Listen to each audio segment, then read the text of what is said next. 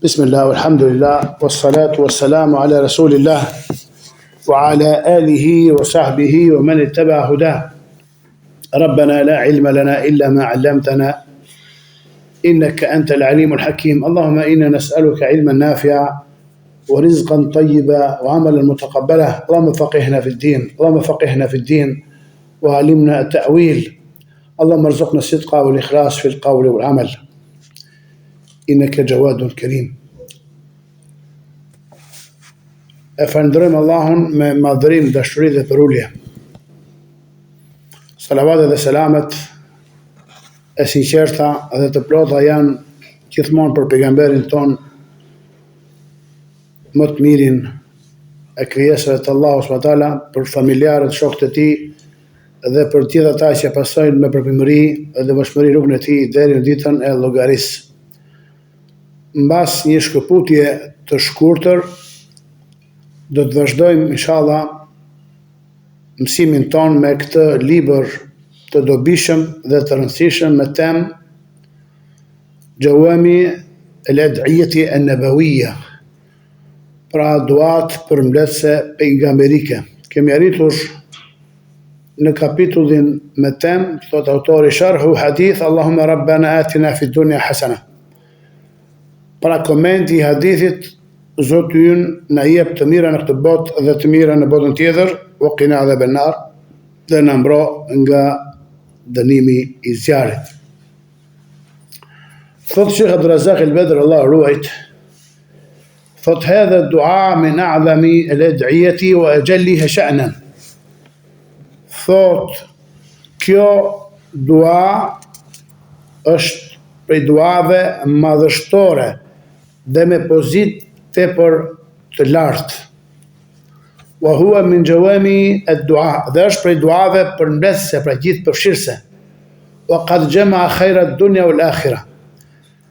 Ka përmbledhur pra pejgamberi në këtë dua mirësinë e dynjas dhe të ahiretit. Dhe një herazi kjo dua gjendet në Kur'anin Fisnik, ku thot Allahu subhanahu wa ta'ala, duke lavdëruar besimtarët ehlul iman, iftarët e imanit, ku thot në ajetet e Hajjit, thot i lartësuari, wa minhum man yaqulu rabbana atina fid dunya hasana wa fil akhirati hasana wa qina adhaban nar. Thot dhe ka prej tyre që thon Zoti ynë na jep në këtë botë të mira, pra mirësi, edhe në botën tjetër mirësi, dhe na ruaj nga dënimi i zjarrit. Ndërkohë që në ajetet që paraprin këta ajet, thot Allahu i lartësuar, minhum man yaqulu rabbana atina fid dunya hasana wa ma lahu fil akhirati min khalaq. Pra ka prej njerëzve që lusin Allah dhe thot na jep të mira në këtë botë, por ata nuk kanë hise në botën tjetër. Pra këta janë ata që kanë bërë dynjan objektivin e lutjeve të tyre, të përpjekjeve të tyre, ndërkohë që besimtari i kërkon Allahut min khairai dunya wal akhirah, prej mirësive të kësaj bote dhe të botës tjetër. Pra, nuk na ka ndaluar Allahu që të kërkojmë nga mirësitë e tij, edhe nga ato dynjas, por pa haruar çfarë? Botën tjetër që është walal akhiratu khairun laki min al-ula. Khairun wa abqa.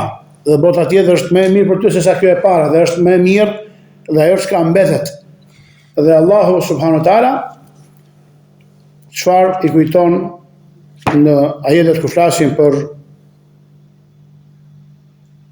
Qarunin, që Allah i ka dhënë pasuri të pa imagjinueshme, prallore, të pa besueshme, i thot atij wala tansa nasibaka min ad-dunya. Pra edhe pse ishte shumë i pasur, i thot dhe mos haro hisën, pra pjesën tënde të dynjas. Fatkeqësisht, ajo që shohim sot tek muslimanët, të shumë prej muslimanëve, përveç atyre që Allah ka mëshiruar, çfarë? Janë kredhur dhe zhytur me kokë mbas dynjas dhe kanë kuptuar mbrapsht pra këtë ajet. A thu se Allah ka thënë wala tansa nasibaka min al-akhirah? Allah thot wala tansa nasibaka min ad-dunya. Mos haro hisën tënde të dynjas. Pra punon në dynjas sepse këtu do të jetosh përkohësisht. Porse e kanë kuptuar, sikur thot, mos haro pjesën tënde të ahiretit. Pra puno për dynjan dhe kujtohu edhe për ahiretin, ndërkohë që duhet të jetë e kundërta. Sepse ahireti është dënbanimi ynë i parë. Për ti ne u dobuam si shkaku i gabimit për cili ra babaju Ademi alayhis salam, pasi e sprovoi pra dhe mashtoi shejtani mëdhkuar. Dhe jemi në dynja, si thot Hasan Basri çfarë? Për të riparuar mjetin që do të na çojë në vetbanimin tonë të parë. Pra ne këtu jemi mysafir, jemi kalimtar. Kush është ky mjet që duhet të riparojmë? Dhe kush është furnizimi që duhet të marrim? Wa tazawwadu fa inna khayra zadi taqwa wattaquni ya ulil albab. Furnizoni, por se dijeni se furnizimi dhe pajisja më mirë është takuaja dhe vëshmëria. Ndaj vetëm më friksoni ju që posedoni intelekt, pra Zot të mendjes. Allah na bëj prej tyre. Pra Allah i madhruar lavdëroi në këtë jetë ata që i luten atij me këtë dynja, pra me këtë dua për besimtarëve, e cila përmbledh kërkesën për hajrin e dynjas dhe të ahiretit. El-Hafidh Ibn Kathir, hafizi i madh dhe komentuesi i madh i Kuranit, Allahu mëshiroft, ka thënë, qoftë Ibn Kathir Dimashqi, ka qenë prej nxënësave të shquar dhe dalluar të Sheikhul Islam Ibn Taymiyes, ka thënë, kjo dua përmbledh çdo të mirë në dynja dhe largon çdo të keqe, sepse e mira në dynja përfshin çdo kërkesë të kësaj bote, si shëndetin, mirëqenien, shtëpinë e gjerë, gruan e mirë dhe të devotshme, furnizimin e bollshëm, diturinë e dobishme, veprat e mira, mjetin e rastës të udhëtimit, përmendjen e mirë, pra të përmendesh dhe të lavdërohesh nga njerëzit për cilësitë e tua të mira, qoftë gjatë jetës apo pas vdekjes tate, e të tjera si këto, që janë përmendur në fjalët e komentuesve, pra të mufesirëve të këtij ajeti. Dhe nuk ka kundërshtim mes tyre, pasi të gjitha këto mirësi degëzohen dhe rrjedhin nga atina fid dunya hasana, pra nga të mirat e dunjas, të cilat i kërkon Allahu subhanahu wa taala. Ndërsa thot Allahu mëshiroft, të mirat në ahiret më e larta e tyre është hyrja në xhenet dhe çfarë vijon prej shpëtimit prej frikës së madhe. Në sprovat e kiametit dhe lehtësimi i llogarisë së Allahut thot la yahzunuhum al-faza'u al-akbar wa tatalaqahum al-malaika hadha yawmukum alladhi kuntum tu'adun. Ata thot nuk i pikëllon çfarë quhet al-faza'u al-akbar, pra frika më e madhe, frika e ringjalljes kur dalim nga varret. Dhe i takojnë ata melekët duke u dhënë myshte dhe sjarisja. U thonë besimtarve, kjo është dita që u që premtuash. Allahu Akbar, Allahu na bëf për atyre që do na takojnë melekët ditën e llogarisë me myshte dhe sjarisje, edhe do na thonë hyni në xhenet nga çdo desh. Allahu amin. Thot prej shpëtimit prej frikës së madhe në sprovat e kiametit dhe lehtësimi i llogarisë. Allahumma hasibna hisaban yasira. Allah merrna me llogarit lehtë. Allah na fut në xhenet pa ndëshkim dhe pa llogari. Siç ka ardhur në hadithin atyre 70.000-ve, prej këtyre ummeti që do të hyjnë në xhenet pa llogari dhe pa ndëshkim. Dhe lehtësimi i llogarisë të tjera si këto çështje prej mirësive në ahiret. Sa i përket shpëtimit nga zjarri, ai nënkupton lehtësimin e shkaqeve të tij në dynja, duke u larguar nga ndalesat dhe gjunat dhe duke braktisur epshet dhe të ndaluarat e Allahut subhanahu wa taala. Mbaroj fjalën e tij. Pra edhe një herë, ndërsa të mirat në ahiret më e larta e tyre është hyrja në xhenet dhe çfarë vijon për shpëtimit për frikën së madhe në sprovat e kiametit dhe lehtësimi i llogarisë e të tjera si këto për çështjeve të mira të ahiretit. Po kush është gjëja më e bukur dhe më e lartë dhe e kemi shpjeguar e ziyada lilladhina ahsanu al-husna wa ziyada. Për ata që vepruan mirë është al-husna më e bukur, më e mira dhe ziyada. Më tepër, vetë pejgamberi sallallahu alajhi wasallam ka komentuar, ka thënë, është shikimi i fytyrës së bukur fisnike dhe të përsosur të Allahut subhanahu wa taala në xhenet. Kjo është az-ziyada, kjo është ajo shtesa që është premtuar në besimtarve ditën e llogarisë dhe në xhenet. Allah na bëf prej tyre. Sa i përket shpëtimit nga zjarri, ai nënkupton lehtësimin e shkaqeve të tij në dynja, pra ruajtjes prej tij, duke u larguar nga ndalesat dhe gjunat dhe duke braktisur efshet edhe të ndaluarat nga frika prej Allahu subhanahu dhe zemrimi i tij. Thotë Sheikh Abdurrazaku, kjo dua konsiderohet nga duat më gjithëpërfshirëse për të mirat e dynjas dhe të ahiretit. Për këtë arsye janë transmetuar shumë hadithe që tregojnë për vlerën dhe pozitën e lartë të saj, dhe sa ajo ishte nga duat më të shpeshta të profetit sallallahu alaihi wasallam, siç u përmend në hadithin e Enes ibn Malik radhiyallahu anhu, dhe për saksinë e tij pra ka çfarë është muttafaq alej, ka dakursi dhe në 8 tek Buhariu dhe tek Muslimi. Ai pra Enes radhiyallahu anhu thot, duaja që pejgamberi sallallahu alaihi wasallam e bënte më shpesh ishte Rabbana atina fid dunya hasana wa fil akhirati hasana wa qina adhaban nar. Ndërsa Imam Muslimi, Allahu mëshiroft, në sahihun e tij transmeton se edhe Enesi radhiyallahu ta'ala anhu kur donte të lutej me ndonjë dua, lutej me këtë lutje, dhe nëse donte të bënte ndonjë dua tjetër, e përfshinte edhe këtë dua në lutjen e tij. Pra niste me të, i kërkonte Allahu çfarë kishte nevojë, edhe shtonte pra këtë dua. Sigurisht pa lënë pasdore dhe salavatet për pejgamberin sallallahu alaihi wasallam, sepse ato janë dua gjithëpërfshirëse edhe shkak për pranimin e lutjeve tona. Abu Daudi transmeton nga Abdullah ibn Sa'ib radhiyallahu ta'ala anhu se ka thënë, e kam dëgjuar të dërguarin Allahu sallallahu alaihi wasallam duke thënë mes dy shtyllave, pra midis shtyllës e Yemenit dhe gurit të Zi, Rabbana atina fid dunya hasana wa fil akhirati hasana wa qina adhaban nar. Zoti ynë na jep në këtë botë të mira dhe në botën tjetër pra të mira, dhe na ruaj nga dënimi i zjarrit. Në një ether të bukur që vjen nga Habib ibn Sahban al-Kahili, Allahu mëshiroft, transmetohet se ka thënë, ky tabin i nderuar, po bëja tawaf rreth Ka'bes, dhe Umar ibn Khattabi radhiyallahu ta'ala anhu po bënte tawaf gjithashtu. Ai nuk thoshte ndonjë fjalë tjetër përveç se Rabbana atina fid dunya hasana wa fil akhirati hasana wa qina adhaban nar. Pra Zoti ynë na jep në dynja të mira dhe në ahiret të mira dhe na ruaj nga dënimi i zjarrit. Ai tha, nuk përsëriste tjetër fjalë dhe dua pas saj. E transmeton Imam Ahmedi në librin e tij Az-Zuhd. Muhammad ibn Hasan al-Ajurri, nga dietarët e imamlarët e Sunetit, Allahu mëshiroft, ka thënë në librin e tij Mas'alatu at-Taifin, pra çështjet e atyre që bëjnë tawaf, ka thënë, kush dëshiron të jetë prej këtyre të devotshmëve, të përulur, që i fikson Allahu të plotfuqishme lartësuar më bujarit gjatë tawafit të tyre, le ta përqendroj zemrën dhe gjuhën e tij tek Allahu i madhruar, pra jo ke selfiet, jo me celular, jo me video, jo me fjalë boshe. Thot, ta përqendroj zemrën dhe gjuhën e tij tek Allahu i madhruar, duke u shkëputur nga krijesat. Pra ti pse ke shkuar që të bësh tawaf rreth Ka'bes?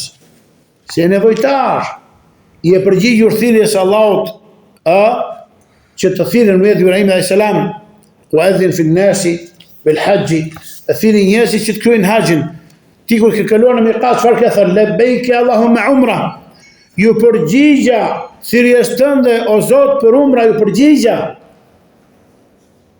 Pra ti je mysafir ke Allahu dhe je nevojtar për Allahun. Pra ti shkëputësh lidhjet nga krijesat. Pastaj thot, le të ecë me qetësi trupore dhe shpirtërore, ti je gjithmonë përmendës i Allahut që mediton thellë, herë duke qenë i friksuar, e herë duke qenë shpresë plot, pra me frikë dhe me shpresë. Allahu Akbar. Dhe nëse thua me dy shtyllave, pra shtyllës e Yemenit dhe thebit ku gjendet guri i Zi, çfarë? Rabbana atina fid dunya hasana wa fil akhirati hasana wa qina adhaban nar. Zoti ynë na jep këtë botë të mira dhe në botën tjetër të mira dhe na ruaj nga dënimi i zjarrit, e thot këtë, thot, duke qenë prezent me kuptimin e saj, me porulsi dhe ndjenjën e nevojës për të, atëherë për atë që gjendet në tawafin e tij me këto cilësi dhe sifate, shpresoj që Allahu i madhëruar, thot, t'ja pranoj duan, t'ja mëshiroj lotin që i rrjedh nga përkushtimi e të mburet me të përpara engjëjve, dhe engjëjt të thonë amin për duan e tij, inshallah. Allahu akbar. Pra shi sa rëndësishme që nga kur ti së pari e kërkon furnizimin halal dhe nga ai furnizim kur sen dhe është diçka minjan për të bërë haxhin dhe umrën, pra për shkuar për vizituar shtëpinë e lashtë dhe shenjtë Allah subhanahu wa taala dhe ti përgjigjesh thirrjes së tij. Dhe pastaj në tawafin tënd nuk sprovohesh si pjesa dërmuese e muslimanëve sot, me telefon në dorë, me selfie, e me video, me ha, por se ti ke shkuar për një qëllim të mirëfillt, të qartë kush që të kënaqësh Allahun edhe të lutesh atij që të plotësoj kërkesat dhe lutjet e tua dhe pse jo të kthehesh nga umra apo nga haxhi yt, si ditën që të ka lindur nëna, për me gjunahet të falura, me grada të ngritura. Prandaj dëgjuam pra këto porosi të këtij imami El Ajurit, Allahu e mëshiroft atë dhe neve. Gjithashtu nga Enesi radiallahu ta'ala anhu transmetohet se dëgjoj fikun e sahabëve. Thot një burr u lut në prezencën e profetit sallallahu alaihi wasallam, duke thënë: O Allah, ti nuk më ke dhënë pasuri që të jap sadaka prej saj. Prandaj më sprovo me një sprov që të jetë, ose tha që në të të kem shpërblim. Kështu u lut, domethënë, ky burr në prezencën e pejgamberit sallallahu alaihi wasallam. Pejgamberi sallallahu alaihi wasallam i tha: Subhanallah, ti nuk do ta përballosh dot këtë. Pra që t'japi Allahu një sprov, po është ai burri kishte parasysh që sprovat dunja sado që të gjata të jenë, pra e kanë përfundimin me vdekjen dhe janë pra të përkohshme. Kurse sprovën e ahiretit se përballohen dot pra të zjarrit. Ndaj u lut për këtë dua. Por se pejgamberi sallallahu alaihi wasallam e këshilloi edhe korrigjoi duke thënë: Subhanallah, ti nuk do ta përballosh dot këtë. A nuk do të ishte më mirë të thoshe: O Allah, më jep të mira në këtë botë edhe të mira në botën tjetër dhe më ruaj nga dënimi i zjarrit? Hadithin e transmeton Buhariu në librin e tij El Adab El Mufrad. Imam Muslimi transmeton në cartin e tij nga Enes ibn Malik radhiyallahu anhu se i dërguari Allahu sallallahu alaihi wasallam vizitoi një burr prej muslimanëve, i cili thot ishte dobësuar aq shumë sa që ishte bërë si zokthi. Domethënë aq shumë ishte bërë koskel kur. Pejgamberi sallallahu alaihi wasallam e pyeti atë, duke i thënë: apo lutesh për diçka, kanë lutjen tënde para se të morëshe, apo po i kërkoj Allahut diçka? Ai tha po. Po thoja: o Allah, çdo dënim që ke për të më dhënë në ahiret, ma jep tani në dynja. Kërkoj për shpejtimin e dënimit në dynja. Pejgamberi sallallahu alaihi wasallam tha: ti nuk do ta përballosh, ose tha nuk ke për ta përballuar dot. A nuk do të ishte më mirë të thoje: Rabbana atina fid dunya hasana wa fil akhirati hasana wa qina adhaban nar. Pra Allah, na jep të mira në këtë botë dhe të mira në botën tjetër dhe na ruaj nga dënimi i zjarrit. Pastaj thot pejgamberi sallallahu alaihi wasallam u lut për të dhe ai u shërua. Pra lutet Allahun për të dhe ai u shërua. Pra nga mëshira e tij ju dhimbs ky person. Fillimisht çfarë i korrigjoi dhe i thashi kujdeser tjetër, pra çfarë do lloj duaje gjendet brenda pra në këtë dua ku kërkon Allahut mirësinë e dunjas dhe të ahiretit, dhe një herë si kërkon mbrojtje nga sherri dhe e keqja dhe ligësia e dunjas dhe e ahiretit. Sheikhul Islam Ibn Taymija rahmetullahi alayhi çfarë ka thënë rreth këtij hadithi?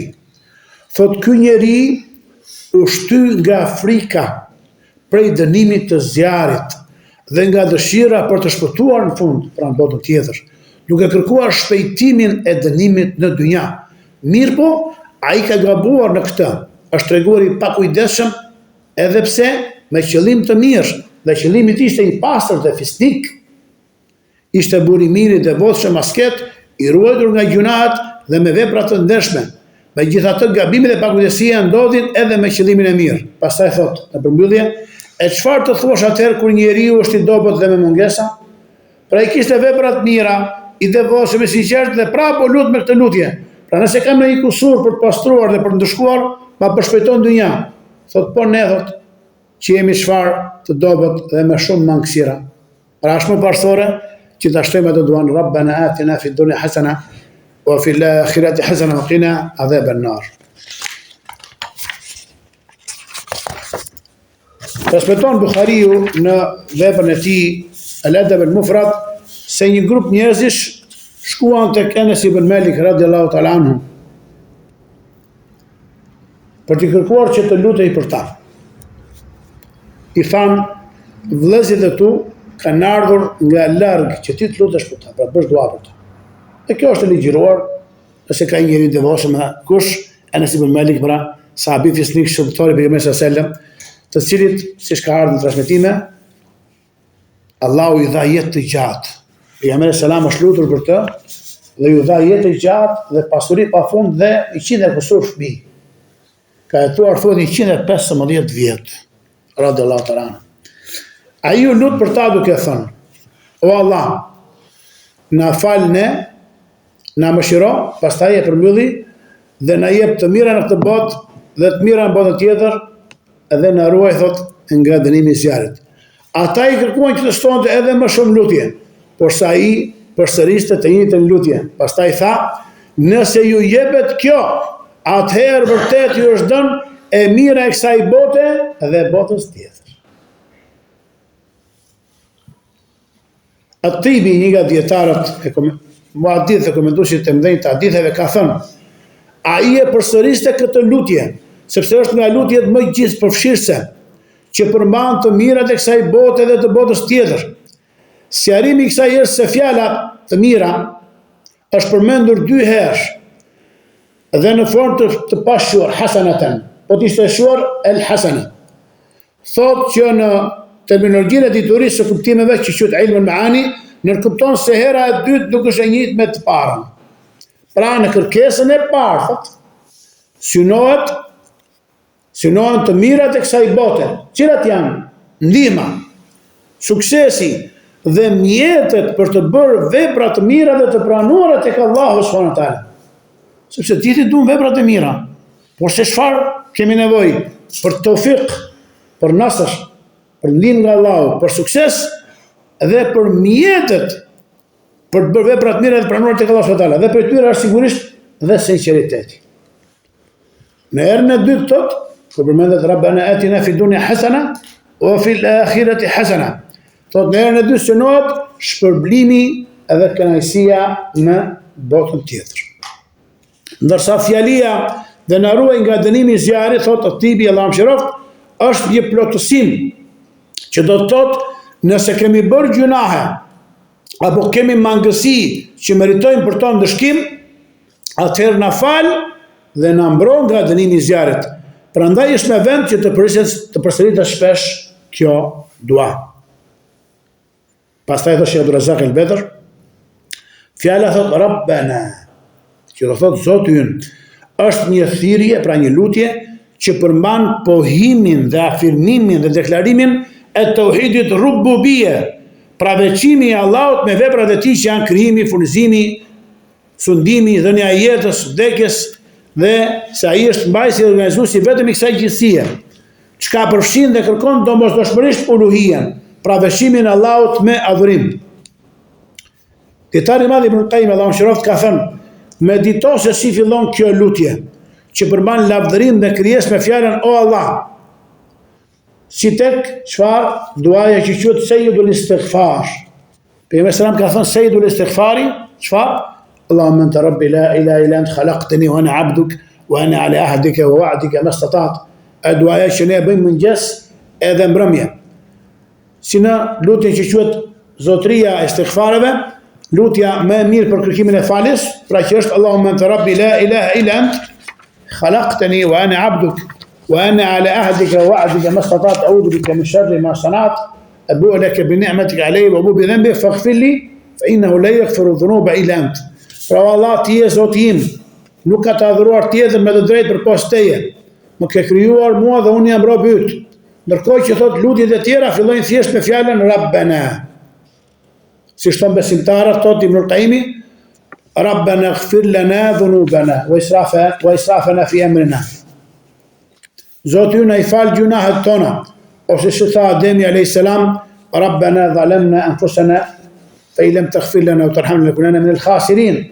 Ademi dhe Havaja a.s. lutu duke thënë Zoti ynë, ne I bëm padresi vetes tonë, e nëse ti nuk na fal dhe na mëshiron, vërtet do të jemi prej të humburve dhe të shkatruarve. Apo si tha Musa a.s. Rabbi inni zalamtu nafsi faghfir li faghfara lahu. U lut pasi që e goditi atë armikun e ti edhe të popullit ti, I cili kërkoi ndihmë, thot Zoti im vërtet unë I bëra padrejsi vetësime ndaj më fal mua, thot dhe Allahu e fali atë. Dhe fjala pra lutja Nuhut alayhis salam kur tha Rabbi inni a'udhu bika an as'alaka ma laysa li bihi ilm.